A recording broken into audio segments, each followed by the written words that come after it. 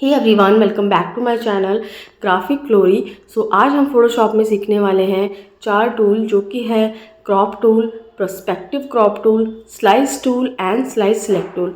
तो सबसे पहला जो टूल है हमारा वो है क्रॉप टूल। तो क्रॉप टूल जैसे कि आपको नाम से ही पता है, क्रॉप करने के लिए, किसी भी इमेज को रीसाइज करने के लिए जितना पोर्शन आपको, जितने पिक्सल्स में चाहिए, आप इस तरीके से सिलेक्शन बनाकर इस तरीके से ओके कर देंगे तो आपकी इमेज जो है वो क्रॉप हो जाएगी। जो एरिया आपको चाहिए वो आप क्रॉप कर सकते हैं। तो सेकेंड है हमारा पर्सपेक्टिव क्रॉप टूल। तो ये टूल यूज़ होता है हमारी कुछ इस तरीके की इमेजेस के लिए, डिस्टॉर्शन इमेजेस को स्ट्रेट करने के लिए, और कोई भी इस तरीके के एंगल्ड इमेजेस होती हैं या एंगल्ड चीज़ें होती हैं, उस चीज़ को स्ट्रेट करने के लिए यूज़ होता है। इस तरीके से हमें सिलेक्शन बनाना है पर्सपेक्टिव क्रॉप टूल पे जाके, और हमें चेक कर लेना है सारे एंगल्स कवर है तो ओके कर देना है। तो ये देखो हमारा इस तरीके की एंगल्ड जो चीज़ें हैं वो स्ट्रेट हो गई हैं। तो अब हम आते हैं slice tool and slice select tool पे। तो ये दोनों टूल्स जो हैं हम एक ही इमेज पे कवर करेंगे, क्योंकि ये दोनों एक दूसरे से रिलेट करते हैं। सबसे पहले हम देखेंगे स्लाइस टूल। स्लाइस टूल जो होता है वो एक ही इमेज को मल्टीपल पार्ट्स में डिवाइड्स करने के लिए यूज़ होता है, और ये मोस्टली ना जैसे वेब डिज़ाइंस वाले यूज़ करते हैं। तो यहाँ पे मुझे जो पार्ट्स चाहिए मैंने इस तरीके से सिलेक्शन बना लिया स्लाइस टूल की हेल्प से। और जैसे मुझे ये वाला पोर्शन चाहिए तो मैं ये वाला पोर्शन मैंने बना लिया। इस तरीके से मैंने 4-5 स्लाइसेस बना लिए एक इमेज की। अब हम जाएंगे स्लाइस सेलेक्ट टूल पे।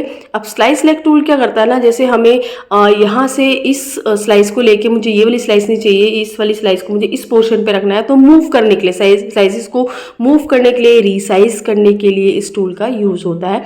तो मैंने जैसे मुझे ये वाला जो स्लाइस था मैंने यहाँ पे सिलेक्शन बनाया था, मुझे यहाँ का ना चाहिए, अब मुझे यहाँ पे चाहिए, तो इस तरीके से मूव करने के लिए भी यूज़ होता है। तो यहाँ पे अब हम इनको सेव कैसे करेंगे, तो सबसे पहले जाएंगे फाइल में, और फाइल में जाके हमें एक्सपोर्ट करना है। एक्सपोर्ट पे जाके सेव फॉर वेब करना है।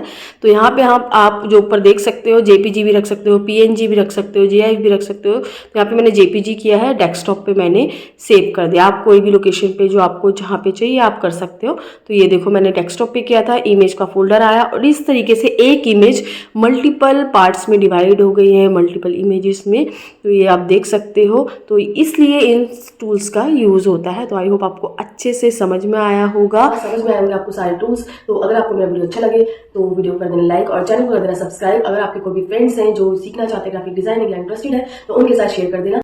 और अगर आपकी कोई भी क्वेरीज हैं, आपके कुछ भी क्वेश्चंस हैं, आप मुझे कमेंट सेक्शन में लिख सकते हैं, मैं उसका रिप्लाई जरूर करूंगी। तो मिलते हैं नेक्स्ट वीडियो में, तब तक के लिए बाय, थैंक्स फॉर वॉचिंग।